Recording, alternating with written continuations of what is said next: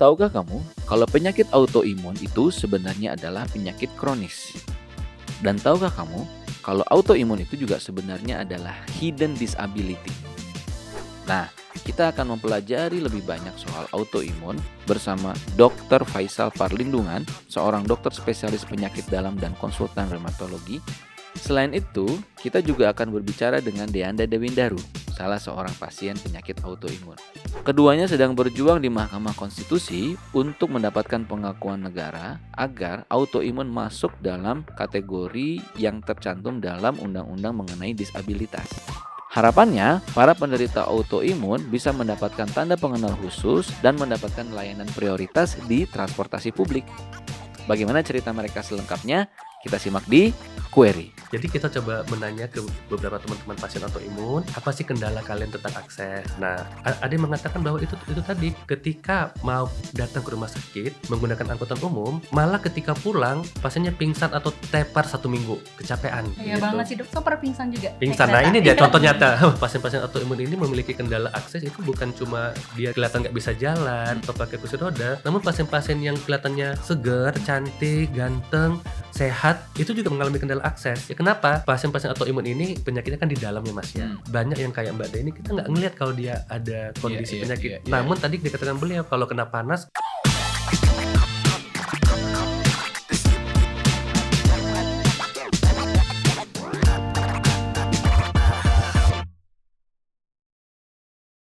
Halo Dr. Faisal. Halo apa mas, kabar? baik. Selamat datang di alhamdulillah. Query ya.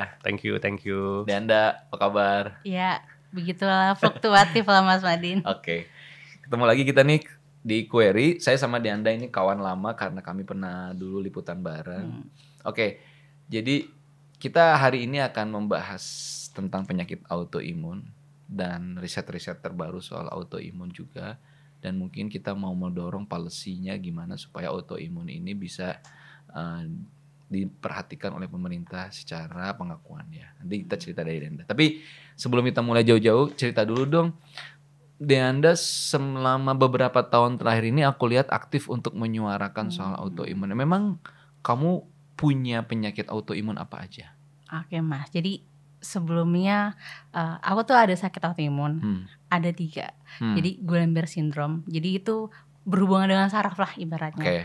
Lalu Sjogren's syndrome itu yang biasanya tuh berkaitan dengan kelenjar air gitu. Okay. Dan juga inflammatory bowel disease itu lebih ke pencernaan. Nah singkat cerita waktu itu di tahun 2022 pas lagi bangun tidur tuh gak bisa jalan. Gak bisa jalan, dan ketika mau bangun tidur tuh harus kayak berasa berat dan harus dipapah. Nah makin lama di situ ada suatu kondisi di mana benar-benar tuh gak bisa gerak sama sekali gitu loh mas. Nah itu sampai pradiagnosa awalnya tuh saraf kejepit, HNP gitu kan. Tapi standar lah ya itu. Standar ya HNP di MRI segala macam gitu kan. Dan dikasih semacam obat-obatan tramadol segala macam. Tapi kamu merasa setelah dikasih obat-obatan seperti itu gak merasa membaik dan justru semakin memburuk. Suaranya tuh habis total mas. Jadi selama 2 bulan itu kurang lebih suaranya tuh serak. Bahkan ketika sudah dicek segala macam tuh gak radang tenggorokan gitu loh mas. Jadi benar-benar suaranya tuh habis total. Nah ada juga ketika itu sering sakit perut yang kok udah dikasih obat ini tetap merasa diare juga sih mas, diare terus. Jadi kayak ini sebenarnya sakitnya tuh apa, sampai di satu titik kayak ini jangan-jangan disantet nih sama orang gitu, karena udah berobat kesana kemari gitu, nggak menemukan sebenarnya ini sakit apa. Singkat cerita akhirnya ke dokter bahwa ternyata nih autoimun gitu. Jadi ada beberapa serangkaian itu banyak banget sih mas, sampai tesnya. Jadi itu ada yang MRI, terus ada pengecekan seperti ANA profile, ANA IF. Pokoknya yang udah saya lakukan deh, pokoknya ini biar tahu nih sakitnya apa, biar mendapatkan obat yang cocok gitu. Nah selama kurang lebih 3 tahun ya, akhirnya tuh membaik tuh mas. Jadi episode dimana tidak bisa jalannya itu berkurang, karena dulu tuh benar-benar pakai kursi roda. Jadi pakai kursi roda. Jadi waktu dulu kalau mau kerja itu kayak harus pakai kursi roda dan juga harus pakai tongkat mas gitu. Nah karena hal itu ada beberapa faktornya yang mempengaruhi. Kalau misalkan flare up itu terkadang nggak boleh kena panas. Kalau kena panas tuh jadi benar-benar kayak ngerasa lelah banget sih mas, ngerasa lelah, dan udah mulai gejala-gejala muncul kayak nggak bisa jalan lagi, agak Oke. susah jalan lagi. Lalu itu juga mungkin karena kecapean banget, nah itu mulai keluar lagi sih gejalanya, tapi nggak seberat waktu dulu.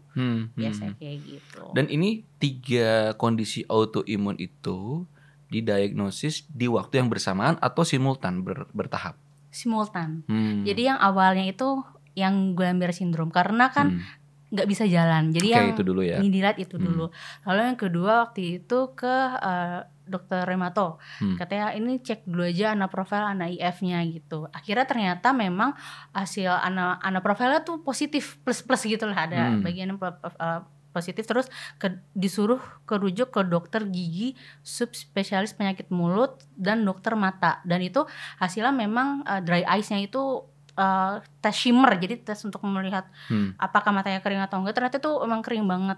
Dan tes yang untuk air liur, jadi dilihat berapa volumenya, ternyata memang itu kering banget, dibilangnya sih hiposaliva gitu.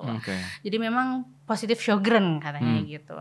Dan juga untuk yang inflammatory bowel disease-nya atau IBD itu di kolonoskopi, dan itu ternyata benar Crohn's disease. Gitu, jadi dan ini semua peristiwa ini gejalanya baru kamu alami sejak 2022 itu. Jadi artinya sebelum 2022 timeline itu ini nggak pernah muncul. Sejujurnya ya, itu keluar ketika pertama kali kena COVID. Setelah kena COVID tahun 2020. Tahun 2020. Jadi setiap ada momen COVID kayak ada yang Delta, ada yang apa tuh selalu kena tuh mas saya. Gitu. Akhirnya kok lama-kelamaan badannya sering sakit. Pertama sering sakit, setiap bangun tidur tuh susah bangun. Lalu suara tuh habis itu, suara habis itu sampai ke dokter THT, ini katanya nggak apa-apa, nggak radang, tapi kok suaranya habis gitu. Sampai di mana kamu stres sekali gitu, psikosomatis dibilangnya. Tapi pas lagi ke psikolog dan psikiater kan dites gitu ya, nggak apa-apa gitu ibaratnya. Terus kayak makanya di situ kayak bingung banget sih mas, kayak suara habis tuh juga nggak tahu bagaimana. Ternyata baru ketahuan Sjogren itu di tahun 2023. I see. 2023 dan awalnya itu 2019, agak lama sih. Iya. Karena dulu mungkin akhirnya karena diagnosisnya juga belum akurat, belum pas. Jadi penanganannya ya udah beresin gejalanya gitu-gitu aja benar. ya. Oke, nggak tahu akar masalahnya di mana ya. Iya, dan biasanya itu cuma dikasih obat paracetamol, vitamin, dan obat metil doang, metilprednisolon, steroid gitu. Berarti sebenarnya ada di sisi diagnosis tuh ada persoalan juga ya, maksudnya nggak bisa orang terdeteksi semerta-merta. Tapi kita tanya ke dokter Faisal nih, dok, autoimun itu memang penegakan diagnosisnya tidak sesimpel itu ya, tidak sesimpel penyakit lain ya? Oh iya mas, jadi autoimun itu sebetulnya buat yang belum tahu ya, autoimun itu adalah suatu kondisi di mana sistem imun tubuh yang mestinya dia itu membasmi, menyerang atau membunuh kuman, benas yang masuk. Tapi pada pasien autoimun, sistem imunnya ini sangat aktif. Sehingga dia juga ikut membunuh sel-sel tubuh yang sehat. I see. Jadi bukan hanya kuman, bukan hanya benda asing, tapi sel-sel tubuh juga dianggap sebagai ancaman. Nah, gejala penyakit autoimun itu tergantung pada sel apa nih yang dibunuh oleh si sistem imunnya. Misalnya yang dibunuhnya tadi sel mata misalnya, maka pasien akan mengalami keluhan gejala-gejala di mata. Kalau yang dibunuhnya sel-sel sendi misalnya, maka akan mengalami keluhan atau gejala-gejala di sendi. Nah, jadi dengan demikian sebetulnya autoimun ini banyak sekali bisa mengenai ke berbagai organ tubuh. I see. Nah, jadi pada umumnya kita bagi autoimun ini menjadi 2 kelompok. Satu, autoimun yang organ spesifik. Yang kedua, autoimun yang sistemik. Nah, autoimun yang organ spesifik ini dia hanya mengenai ke satu organ saja. Misalnya nih, dia hanya kena ke kulit, contohnya vitiligo, kulitnya putih-putih ya. Atau misalnya dia hanya kena ke sistem saraf, misalnya itu tadi GBS. Ya. Nah, di sisi lain ada autoimun sistemik yang dia bisa mengenai ke 2 atau lebih organ tubuh. I see. Misalnya penyakit Sjogren atau Sjogren disease, ini penyakit autoimun sistemik. Dia bisa kena ke berbagai organ tubuh. Walaupun yang utama tadi dikatakan dia mengenai ke kelenjar. Kelenjar ludah dan air mata. Namun dia juga bisa kena ke organ yang lain, misalnya ke sendi, tulang, otot, kulit dan lain sebagainya. Nah, Jadi untuk mengetahui diagnosis autoimun memang sangat panjang ininya ya Mas ya. Oke.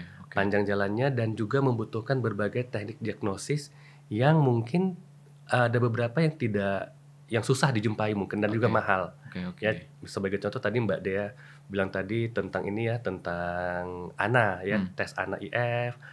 Kemudian itu tes ANA IF itu tes antibody. Dan nggak semua rumah sakit punya misalnya. Dan juga itu kalau ke lab swasta mungkin cukup mahal. Jadi memang kalau untuk diagnosis, selain gejalanya yang kompleks, gejalanya yang bisa mengenai ke berbagai organ tubuh, juga membutuhkan pemeriksaan penunjang yang cukup banyak dan cukup kompleks juga. Gitu. Oke. Dan itu menyebabkan diagnosisnya bisa kadang-kadang suka delay. Ada gejalanya, tapi kita belum tahu ini apa penyebabnya. Make sense. Dia berarti masuknya kategori sistemik. Kalau Sjogren disease itu sistemik. Sistemik ya. Kemudian kalau yang GBS itu yang hanya kena ke saraf aja sebetulnya. Jadi combo. Combo iya, ya. Combo banget. Kalau IBD itu sebetulnya bisa kena selain ke usus, juga bisa kena ke organ yang lain, ke kulit, ke mata, ke tulang, ke otot gitu. Jadi kalau disimpulkan ya sistemik lah Mbak Dea nih ya. Kena ke berbagai organ tubuh. Sorry saya kalau sama dia sering bercanda soalnya. Jadi saya tahu dia orangnya sangat cheerful. Dulu kan kita waktu itu di kantor ya, kamu nggak pernah kelihatan sedih dia gitu. Dan bahkan even dalam kondisi sekarang pun, ya aku yakin dia, makanya tadi kalau ke psikolog sama psikiater, aku nggak yakin dia punya masalah mental. Orangnya cheerful banget gitu. Kita bahkan jadi kita masih bisa ketawa-ketawa di saat susah. Jadi please don't judge me as nggak punya empati, karena ini emang konteksnya kita emang sering bercanda. Tapi justru itu Mas, kalau teman-teman penyintas autoimun ini kita mesti anggap sebagai orang biasa gitu. Jangan dikasihani, jangan distigmatisasi gitu ya Mbak Dea ya. Benar dong. Iya. Tapi autoimun itu secara kategorisasi masuk dalam kondisi penyakit kronis. Ya, itu pasti. Karena long term kondisinya. Jadi kalau kondisi penyakit kronis ini, kalau kita lihat definisi dari CDC ya, itu adalah penyakit yang dialami jangka panjang, di atas 1 tahun. Kemudian dia mesti mengalami atau menyebabkan 2 hal. Satu, membutuhkan perawatan yang kontinu, dan atau menyebabkan gangguan fungsi. Begitu. Jadi kalau penyakit kronis misalnya panu, kan itu bisa aja setahun 2 tahun ya panuan tapi nggak mengakibatkan gangguan fungsi gitu. Jadi kita tidak masuk ke dalam penyakit kronis yang ini yang yang membutuhkan atau menyebabkan disabilitas misalnya. Gitu. Jadi penyakit kan macam-macam. Jadi tidak semua penyakit itu sama. Namun pada umumnya kalau kita katakan penyakit kronis itu adalah kalau dia sudah di atas 1 tahun, kemudian membutuhkan perawatan yang kontinu dan juga dapat mengganggu fungsi. Jadi kita bisa safe to say kalau autoimun ini memang masuk dalam definisi itu ya? Pasti itu udah pasti. Ada riset-riset yang mungkin terbaru nggak dok, yang mungkin soal autoimun yang kita perlu tahu, mungkin secara tren, atau mungkin Dr. Faisal punya riset khusus soal ini? Iya, kebetulan kalau saya kan memang fokusnya di autoimun ya Mas ya. Jadi kalau penyakit kronis itu kan banyak ya, penyakit gula, penyakit jantung, itu kan semua penyakit kronis yang memenuhi definisi CDC tadi. Nah, kalau untuk autoimun itu jenisnya banyak, dan saya ini khususnya pada autoimun sistemik. Ya kan, saya ke penyakit dalam ya Mas ya. Jadi kita melihat ke organ-organ tubuh. Kalau misalnya penyakit autoimun yang organ spesifik, misalnya penyakit autoimun yang mengenai kulit, yaitu itu spesialisasinya spesialis kulit gitu ya. Jadi kalau untuk penyakit dalam itu kita menangani yang sistemik. Nah, kemudian penelitian saya cukup banyak ya tentang autoimun, cuman yang dalam konteks hal yang mungkin saya ingin saat ini sedang mau menaikkan isunya itu adalah tentang bahwa penelitian saya tentang penyakit autoimun yang menimbulkan disabilitas. Oke, menarik tuh. Gimana jadi kalau kita ngomongin penyakit kan banyak sekali aspek yang bisa kita bahas ya Mas ya. Tentu kalau saya bahas tentang aspek sel, molekul, bingung ya ini podcast apaan gitu ya. Jadi penelitian saya yang cukup menyentuh ke masyarakat itu adalah ketika kami di divisi ya, di divisi dermatologi FKUI itu melakukan penelitian tentang kenapa sih pasien-pasien autoimun ini ada yang lost to follow up. Lost to follow up itu maksudnya tidak melanjutkan pengobatan, putus berobat. Oke. Nah, jadi saya mengamati bahwa angka putus berobat itu cukup tinggi pada pasien-pasien kami yang kami tangani di Poli. Jadi definisi putus berobat itu adalah pasien yang tidak datang berobat selama 3 bulan. Oke. Ya, Berturut-turut ya. Iya. Jadi lost to follow up ya. Kemudian kami mencoba menggali kenapa sih penyebabnya, apa sih penyebabnya. Nah, kemarin itu kami melakukan penelitian, kami meneliti data ya pasien-pasien yang mulai datang berobat sejak tahun 2021 sampai tahun 2024. Dalam 2 tahun itu kami lihat berapa banyak yang putus berobat. Dan kelihatannya persentasenya cukup banyak, Mas. 25% pasien putus berobat. 25%. Cukup banyak ya. Jadi itu berapa pasien total absolutnya? Yang kami teliti itu ada 300-an pasien, 260-300 pasien yang memang baru datang mulai pengobatan di tahun 2021. Jadi pasien-pasien yang udah lama kita nggak ikutin. Yang kami ikutin pasien-pasien yang baru mulai menjalani pengobatan ya. Jadi untuk pasien-pasien ini kita kontak satu-satu, Mas. Kita kontak satu-satu ya. Kita lakukan semacam survei ya. Kita interview. Dan poin-poin yang kami tanyakan itu sebelumnya sudah kami bahas dan diskusikan dalam tim kecil yang melibatkan pasien juga, sehingga kami bisa tahu sebetulnya apa aja kemungkinan-kemungkinan masalah yang bisa dialami oleh pasien sehingga menyebabkan pasiennya putus berobat. Jadi kita melakukan survei by phone ya. Sebagian tidak bisa kami hubungi, sebagian mungkin ada yang meninggal atau ada yang pindah tempat ya. Kemudian kita juga menelpon pasien-pasien yang tetap berobat. Yang lanjut pengobatan. Kenapa ya? Kita menanyakan hal yang sama, ya. Jadi konsepnya kita menanyakan hal yang sama pada pasien yang putus berobat, dan juga hal yang sama pada pasien yang tetap menjalani pengobatan. Dan kita bandingkan bedanya apa, gitu. Nah, kita menemukan ada beberapa faktor yang mungkin menyebabkan pasien itu putus berobat.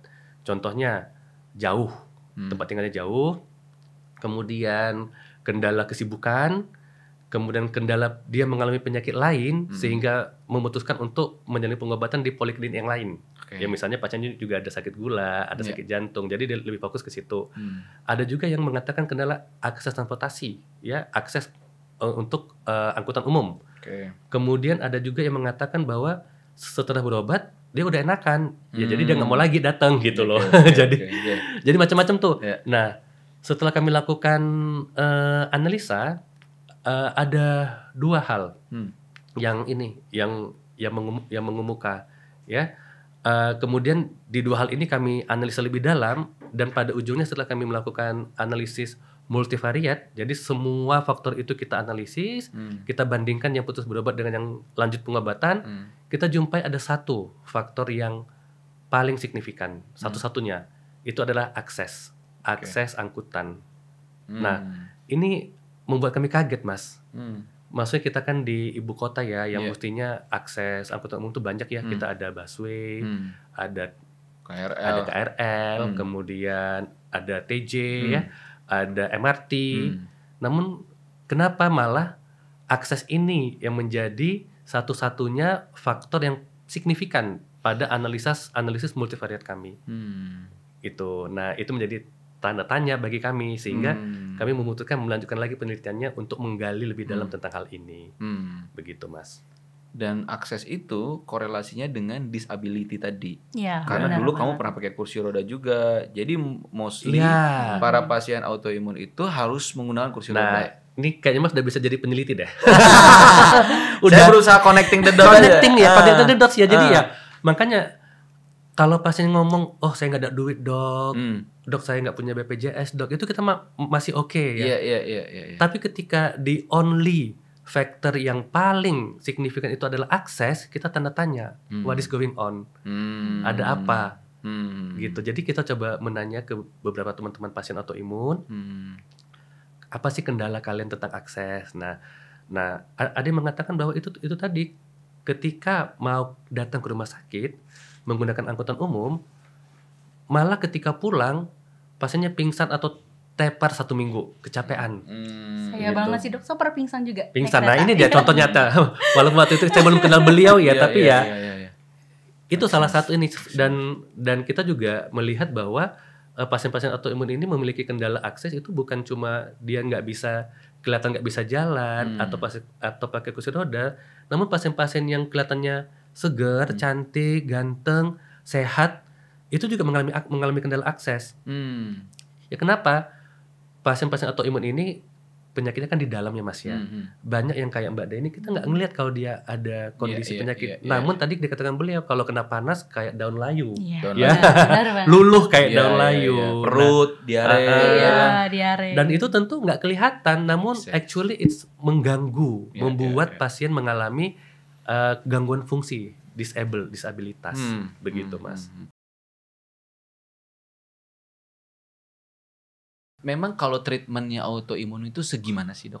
Artinya ini kan kalau dalam fase kesehatan itu kan ada diagnosis, ada symptoms gitu ya, ada treatment, ada living with gitu, ada hidup dengan penyakit itu ya. Ini kalau di fase treatmentnya si pasien autoimun itu memang intensitasnya harus berobat ke rumah sakit, mungkin terapi itu berapa, gimana gambar? Atau beda-beda setiap jenis itu? Beda-beda, depends on jenis penyakit autoimunnya. Namun pada umumnya penyakit autoimun sistemik, nih misalnya Sjogren, lupus, RA, ya, itu membutuhkan pengobatan jangka panjang, Mas. Dan kita menggunakan sistem mengobati pasien sampai mencapai goal atau target yang kita inginkan. I see. Apa itu? Kondisi penyakit yang terkendali.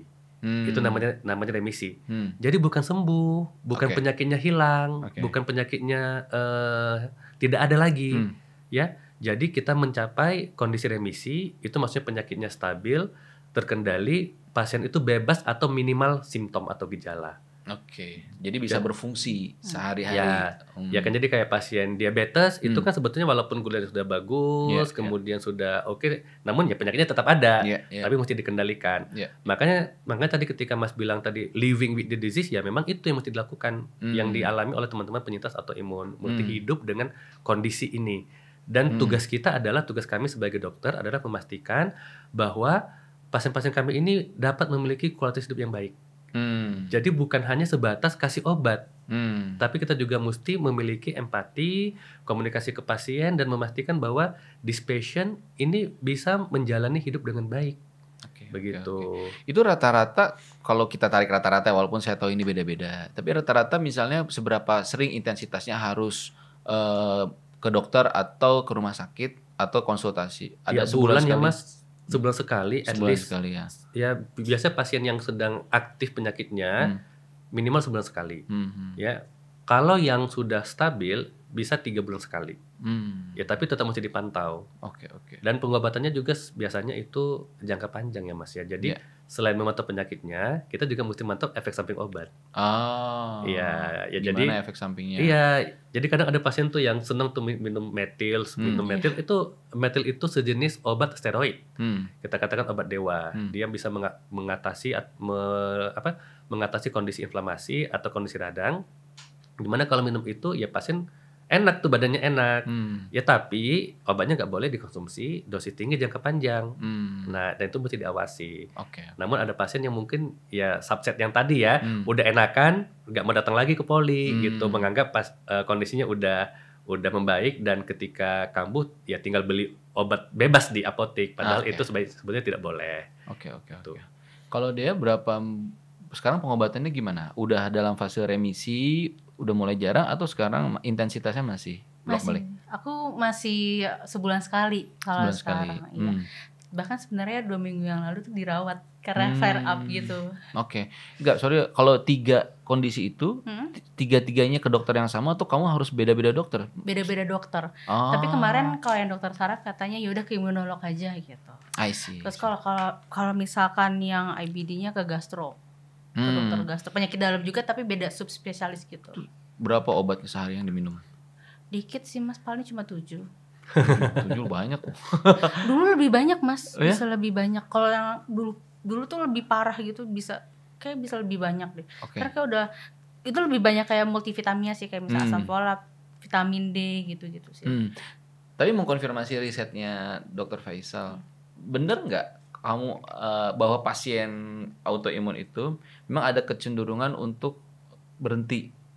Dan kalau kamu pernah nggak ngalamin fase capek nih gitu, aku pengen berhenti pengobatan deh gitu? Pernah nggak ngalamin momen itu? Sejujurnya tuh pernah, Mas. Tapi itu mikir lagi kan kayak aku tuh pengen lebih menikmati dunia gitu. Kalau misalkan aku berhenti ngobat ya bahasanya ya. Kalau aku berhenti melakukan pengobatan, ya bagaimana aku untuk menjalani dunia gitu kan. Jadi ya tetap ya, walaupun sekarang tuh bosan ya, udah lebih dari 3 tahun, tapi yaudahlah ini anggap aja sebagai makanan sehari-hari gitu, part of my life gitu. Jadi ya udah kayak kalau aku justru kalau nggak minum obat jadi aduh belum minum obat nih gitu. Jadi justru lebih worry kalau tidak minum obat dibandingkan kalau misalkan aku lebih worry kalau misalkan nggak minum obat lah daripada minum ya. Iya. Oke. Tapi itu benar nggak poinnya dokter risetnya tadi bahwa memang akses itu kamu kalau mau ke rumah sakit itu susah banget gitu. Itu memang valid ya?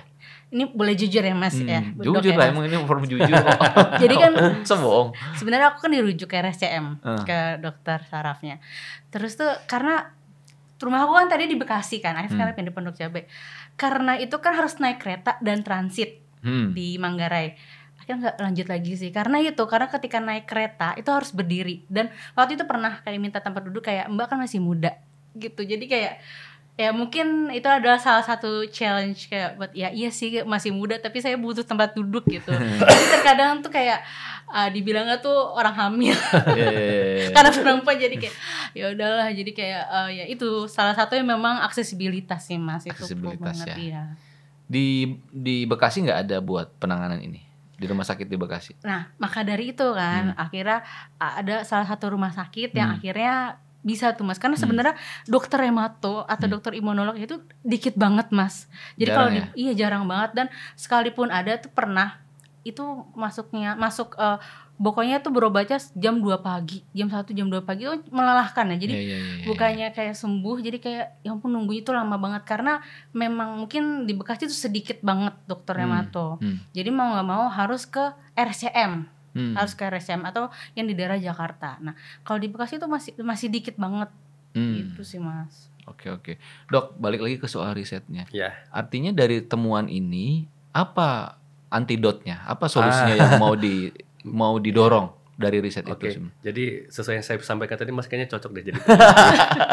Jadi tentu kita udah temukan gap ya. Gap itu kan hal yang tidak sesuai antara yang ideal dengan yang kenyataan ya. Jadi gap awal kita jumpai bahwa ada banyak pasien yang lost to follow up, putus berobat. Kita lakukan penelitian dan kita ketemu gap yang kedua bahwa masalah akses. Nah, jadi publikasi kami yang tadi itu yang lost to follow up tadi itu sudah dipublish ya, sudah dipublish di jurnal internasional. Jadi kita mau melanjutkan nih, menyelesaikan dan menggali lebih dalam gapnya ini apa. Nah, jadi kami melakukan penelitian lagi Mas. Penelitian tapi sifatnya ini lebih ke penelitian kualitatif. Kualitatif kan untuk menggali ya, menggali. Jadi kita melakukan penelitian dalam bentuk FGD, Focus Group Discussion. Nah, jadi kami mengundang berbagai komunitas autoimun ya yang ada di Jakarta untuk melakukan FGD dengan kami. Jadi ada 14 komunitas yang waktu itu kami undang, ada 11 komunitas yang kami undang, dan kami minta kasih wakil 1 atau 2 ya untuk dilakukan FGD. Nah, jadi pada FGD itu ada 14 pasien yang ikut ke FGD, dan sebelum FGD itu kami sudah memformulasi apa saja yang ingin kami gali, dan kita jalankan FGD, dan pada FGD itu banyak yang sampai menangis. Menangis curhat gitu. Dan teman-teman pasien ini menganggap alhamdulillah ya setelah sekian puluh tahun baru kali ini ada yang peduli tentang hal ini, masalah akses gitu. Dan kalau kita lihat pada FGD itu ada hasilnya ada 3 tema utama yang sudah kami sudah kami simpulkan. 3 tema utama. Tema ke-1 itu adalah persepsi pasien tentang penyakitnya. Kemudian tema yang kedua adalah tentang persepsi pasien tentang akses. Dan yang tema yang ketiga adanya kebutuhan untuk penanda khusus bagi pasien autoimun sehingga bisa mendapatkan akses yang lebih baik. Oke. Nah, jadi setelah kami FGD sekian jam ya, kemudian kita lakukan analisis atas semua opini-opini, kami tabulasi, kami kumpulkan dan ketemulah 3 tema itu. Nah, dan hal ini menjadi sangat menarik sekali. Kenapa? Pada FGD ini kita menyimpulkan bahwa sebetulnya pasien autoimun ini mengalami kondisi yang disebut sebagai hidden disability. Oke. Disabilitas yang tidak kelihatan, disabilitas yang yang tersembunyi. Oke.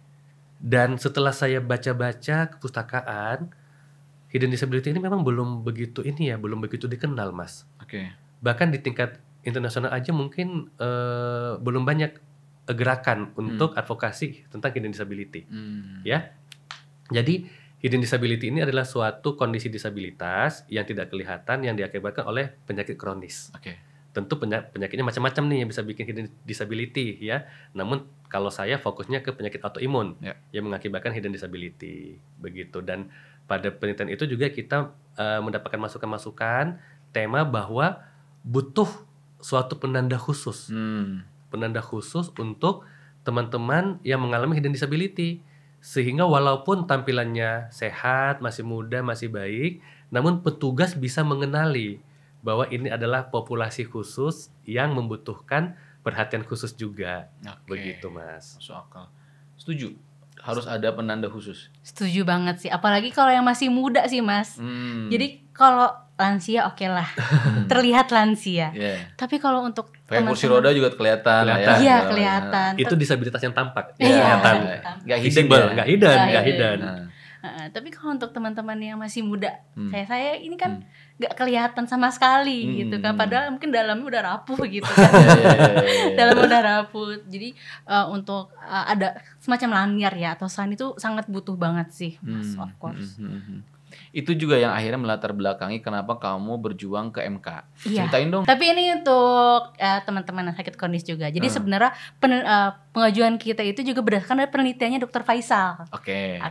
Nah, jadi itu sebenarnya Mas ya, kita tuh melakukan pengujian Undang-Undang Disabilitas nomor 8 tahun 2016. Nah, tadi kan sudah dikatakan ya, sebenarnya kondisi seperti autoimun itu kan termasuk disabilitas. Namun di dalam undang-undang tersebut teman-teman yang sakit kronis khususnya misalkan autoimun itu tidak memiliki payung hukumnya nih gitu. Jadi sehingga terdapat beberapa kebijakan yang hanya bersifat diskresi aja gitu loh, Mas. Gitu. Oke, sebagai contoh misalkan saya waktu itu mau mengajukan CPNS nih gitu kan. Nah, itu tuh tidak termasuk ke dalam formasi disabilitas karena di dalam kategorisasinya itu seperti autoimun dan sakit kronis itu tuh tidak masuk ke dalam kategori tersebut. Let's say misalkan disabilitas fisik aja, itu kata-katanya hanya antara lainnya itu seperti lumpuh atau misalkan cerebral palsy gitu. Padahal kata-kata antara lain itu kan nggak menutupi ya, bisa aja sakit lain gitu. Misalkan let's say autoimun gitu. Tapi ternyata di lapangannya itu, misalkan kalau kita, jadi kayak Mbak kan gak lumpuh, Mbak kan gak cerebral palsy, jadi tidak bisa dikatakan disabilitas fisik.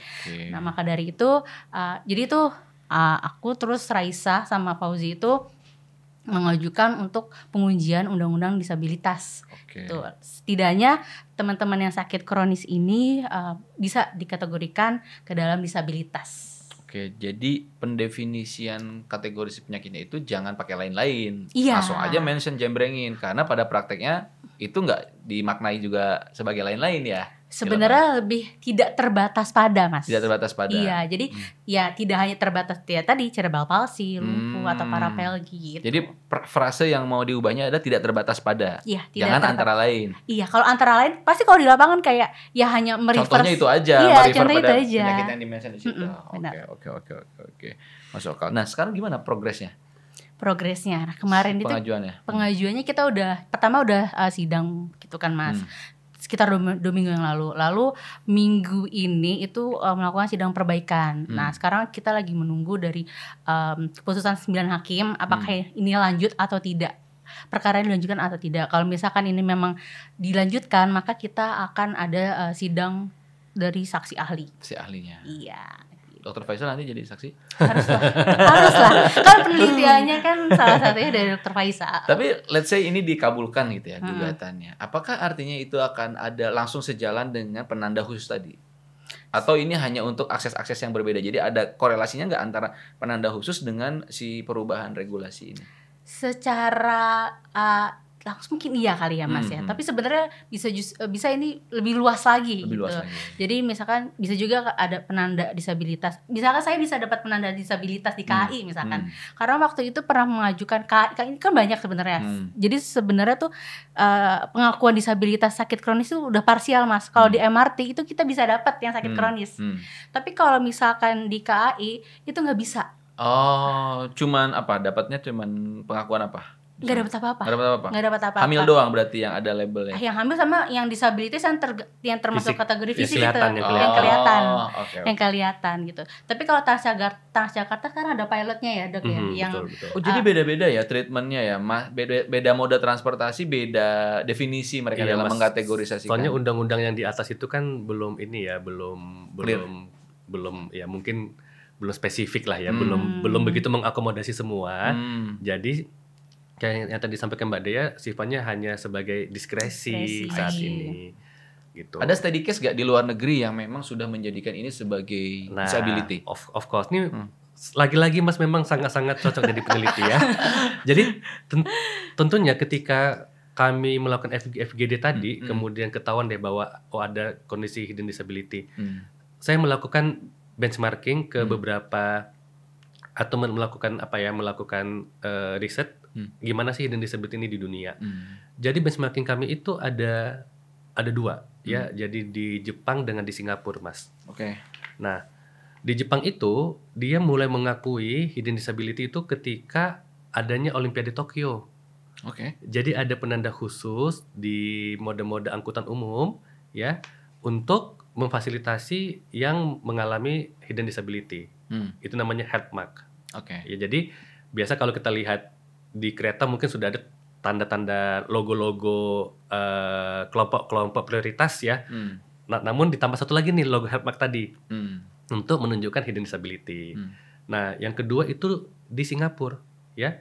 Dia juga sudah melakukan gerakan can I have a seat please gitu. Jadi bagi penyandang disabilitas yang hidden ini dia dikasih lanyard ya untuk bisa dikenali sebagai penyintas atau penyandang disabilitas yang tidak kelihatan. Nah uniknya kalau di Jepang itu inisiasinya kan oleh pemerintah. Kalau di Singapura inisiasinya oleh kelompok pasien. Nah di Indonesia inisiasinya oleh dokter. Mantap. Jadi kita setelah dapat hasil FGD itu kita submit ke jurnal dan alhamdulillah sudah accepted, tinggal menunggu di publish. Dan sambil jalan kita lakukan advokasi. Nah, awalnya kita melakukan advokasi itu ke TJ, ke Transjakarta. Jadi kita melakukan advokasi, kita melakukan audiensi, menyampaikan bahwa sebetulnya ada kelompok-kelompok yang membutuhkan diakomodasi oleh TJ. Mengingat TJ ini kan sebetulnya moda transportasi yang paling banyak dan mengangkut orang ya. Iya, benar. Paling banyak tuh, paling banyak dan armadanya banyak, kemudian jangkauannya luas, bahkan saat ini sudah menjangkau ke Bodetabek, ya. Dan alhamdulillah pihak TJ itu sangat mendukung dan kita saat ini sudah kita launching lanyard ini dengan TJ itu di bulan 5 tahun ini. Jadi masih 3 bulan yang lalu kita launching. Jadi kita buat suatu logo ya yang menyimbolkan hidden disability. Tapi sebelumnya Mas, saya mesti menyampaikan bahwa sebelum kami melakukan advokasi ini, istilah hidden disability itu tidak ada di Indonesia. Ya, kalau kita lihat di KBBI tidak ada istilah hidden disability. Jadi kami melakukan kolaborasi dengan FIB UI, ya, dengan guru besar FIB UI untuk mengajukan padanan istilah hidden disability di KBBI. Apa tuh ya padanannya? Disabilitas tak tampak. Disabilitas tak tampak. Nah, alasannya apa? Ketika kita mau advokasi, bahkan kita udah mikirin nih kalau kita mau advokasi bahkan mengubah undang-undang, mesti ada dong istilah yang baku. Betul. Kan nggak lucu kalau tiba-tiba kita mengajukan apa namanya pengubahan undang-undang atau revisi atau apa, tapi istilahnya masih istilah asing. Nah, jadi kita ajukan dan alhamdulillah sudah disetujui. Jadi kalau teman-teman ya mau melihat di KBBI itu sudah ada namanya istilah disabilitas tak tampak. Itu berkat perjuangannya dokter. Dengan FIB ya, bukan sekedar saya saja. Mantap nih. Nah, jadi setelah ada istilah itu, kita coba bangun logonya, kita coba audiensi ke pihak TJ, dan alhamdulillah TJ menyambut baik. Dan sudah kita kemarin ya bulan Agustus ini ya, pas 17-an kita sudah melakukan simulasi, Mas. Simulasi bagaimana pasien yang mengalami disabilitas tak tampak ini menggunakan lanyard sebagai identifikasi. Kita waktu itu simulasi di stasiun Cawang ya Mbak Dea. Beliau ikut juga nih ya, simulasi ditunjukin lanyardnya, petugas mengenali, kemudian dikasih akses layaknya penumpang prioritas. Iya gitu. Jadi itu emang salah satu hal yang sedang kita lakukan, tapi tentunya itu masih membutuhkan waktu yang sangat panjang sampai semua petugas mengenali pasti logo ini pasti, gitu. Jadi memang banyak juga pasien yang ngomong ke saya, dok saya nunjukin lanyardnya tapi belum dikenali gitu ya. Tapi mudah-mudahan dengan adanya pelatihan yang berkesinambungan, nanti kita juga akan melakukan pelatihan dengan TJ ya. Kan TJ sudah mau tuh melakukan semacam pelatihan untuk petugas-petugasnya dengan kami untuk mengenali apa sih itu disabilitas tak tampak, bagaimana kita bisa mengakomodasi kebutuhan teman-teman penyintas disabilitas tak tampak ini. Begitu. Sip, mantep deh.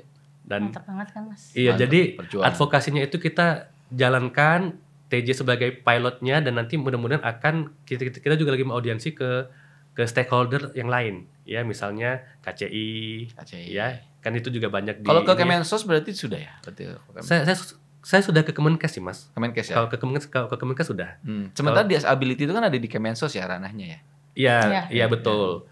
Ya tapi kalau untuk disabilitas tak tampak yang dalam hal penyakit ya, yang kita inginkan sebetulnya adalah stakeholder ini mengenali dulu. Ya, mengenali dulu, dan setelah itu nanti kita bisa melanjutkan apa-apa saja yang bisa kita lakukan untuk mengakomodasi. Gitu. Oke, masuk akal. Wah, hebat banget ini perjuangannya Dr. Faisal sama Deanda. Mudah-mudahan dimudahkan lah ya. Amin. Dan itu mungkin juga harusnya buat kita nih nanti di media juga harus disosialisasiin. Nanti kita bakalan pasti akan belajar sama dokter soal penggunaan istilah ini dan mengkampanyekan ini, Dok. Alhamdulillah. Kita media juga harus ikut mengkampanyekan lah. Disabilitas tak tampak ini. Iya, jadi ketika kita audiensi ke stakeholder itu memang banyak yang nggak tahu tentang ini. Jangankan istilah disabilitas tak tampak atau hidden disability, banyak juga yang tidak tahu bahwa pasien-pasien penyakit kronis ini mengalami masalah yang kayak begini. Iya, benar-benar. Begitu. Dok, tapi ini ada agak pertanyaan basic sih. Disabilitas tak tampak itu spektrumnya hanya dibatasi pada autoimun atau ada penyakit lain? Penyakit lain juga iya. Contohnya apa? Contohnya disabilitas tak tampak itu bisa misalnya yang paling umum kita tahu contohnya autis. Oke. Dia kan sebetulnya kelihatannya bagus-bagus aja ya, tapi kalau misalnya kita gali lebih dalam mungkin ada waktu-waktu dia misalnya butuh penanganan khusus gitu. Ya. Kemudian penyakit-penyakit yang lain juga banyak nih. Kalau epilepsi itu masuk disabilitas tak tampak nggak ya? Karena dia mungkin kelihatannya baik-baik aja. Bisa jadi. Epilepsi kan kalau ada sesuatu yang memicu maka dia bisa kambuh. Ya, jadi tentunya istilah disabilitas tak tampak ini bakal sangat nantinya bakal sangat luas ya, bisa mengenai ke banyak penyakit yang memang masuk ke dalam spektrum disabilitas tak tampak, sehingga Mbak Dea ini sangat misinya untuk ke MK ini bisa mengakomodasi semuanya gitu. Ya kalau saya memang fokus ke medisnya dulu, dan saya akan melakukan apa yang kami bisa untuk membantu dalam hal medis. Jadi fokus kita adalah jalani satu-satu kita jalani, dan mudah-mudahan advokasi yang tampaknya akan panjang ini dan mudah-mudahan tetap bisa kita lakukan ya, bisa membuahkan hasil gitu. Oke lah, kita support pokoknya. Semoga nanti dimudahkan dan selamat berjuang. Terima kasih udah mau berbagi di Query. Sekali lagi semoga dia terlalu sehat. Amin. Tetap ceria, Dek. Dokter juga terima kasih, Dok. Amin. Sudah membantu mengadvokasi ini. Saya tahu mungkin ini beyond your actual works gitu ya. Harusnya kan dokter cuma ngurusin pasien doang, tapi ini sampai harus ngurusin advokasi, bikin riset dan segala macam. Jadi terima kasih sudah mendedikasikan hidupnya untuk juga membantu teman-teman seperti Dea. Dan mudah-mudahan nanti kita bisa dapat keputusan yang baik dari MK Amin. Amin. dan semakin banyak orang yang akan teredukasi. Amin. Terima kasih sekali lagi. Sampai ketemu lagi nanti di riset-riset selanjutnya. Nanti kalau ada riset selanjutnya kita undang lagi ya. Siap Mas, baik. Thank you ya. Terima kasih, thank you. Terima